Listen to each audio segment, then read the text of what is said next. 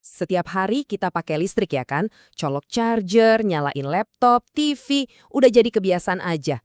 Tapi pernah kepikiran nggak kalau di dalam kabel-kabel itu ada masalah yang nggak kelihatan? Sebuah ancaman tersembunyi yang diam-diam bisa merusak semua perangkat elektronik kita. Coba deh bayangin sejenak. Gimana kalau energi yang seharusnya menghidupkan gadget dan semua peralatan kita justru jadi penyebab utama kerusakannya? Wah, ini kedengarannya kayak di film fiksi ilmiah ya. Tapi sayangnya, ini adalah kenyataan. Ini terjadi di sekitar kita setiap hari. Oke, pertama-tama kita bakal kenalan sama biang keladi di balik semua ini. Sebuah fenomena yang biasa disebut listrik kotor. Idealnya nih, listrik yang sampai kecolokan di rumah kita itu harusnya mengalir dengan mulus, bersih, dan bisa ditebak. Kayak gelombang sinus yang sempurna gitu. Sebuah aliran energi yang murni dan stabil. Tapi kenyataannya seringkali jauh dari harapan. Lihat deh, gelombang biru yang ideal itu, malah terganggu sama gelombang merah yang kacau dan gak beraturan ini. Nah, inilah yang disebut distorsi listrik. Saat aliran yang bersih jadi kotor. Nah, masalah yang barusan kita lihat ini punya nama resmi loh, namanya distorsi harmonik. Yuk kita bedah lebih dalam apa sih itu sebenarnya dan dari mana asalnya. Jadi, ini dia definisi kuncinya. Distorsi harmonik itu terjadi ketika gelombang listrik yang murni tercemar oleh frekuensi-frekuensi lain yang nggak diundang. Frekuensi tambahan inilah yang mengubah aliran mulus tadi jadi gelombang yang kacau. Inilah yang kita sebut sebagai daya kotor. Tenang, kita nggak perlu pusing sama rumusnya kok. Tapi para ahli pakai metode ini yang namanya Total Harmonic Distortion atau THD buat ngasih skor seberapa bersih atau kotornya listrik. Gampangnya, makin tinggi skor THD-nya, ya makin jelek kualitas listriknya.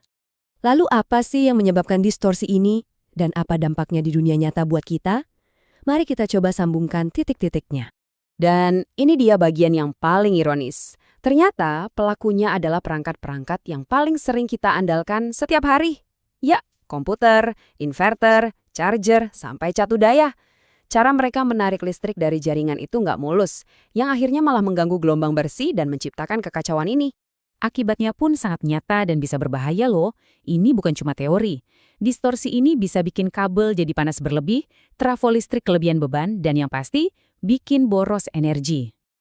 Oke, sekarang kita udah paham masalahnya dan tahu juga dampaknya.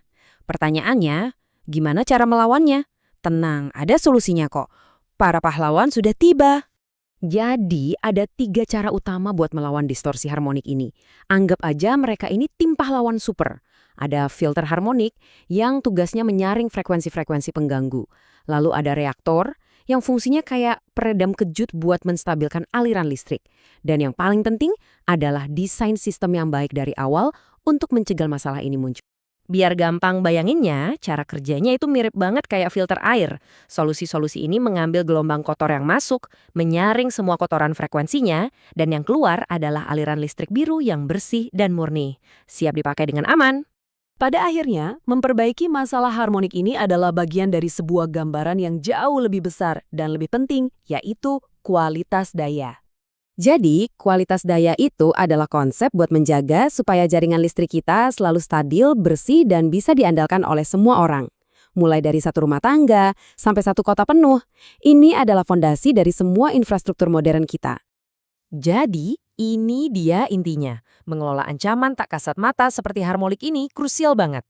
Ini demi memastikan masyarakat kita yang super tergantung sama teknologi bisa terus berfungsi dengan efisien dan yang paling penting, dengan aman.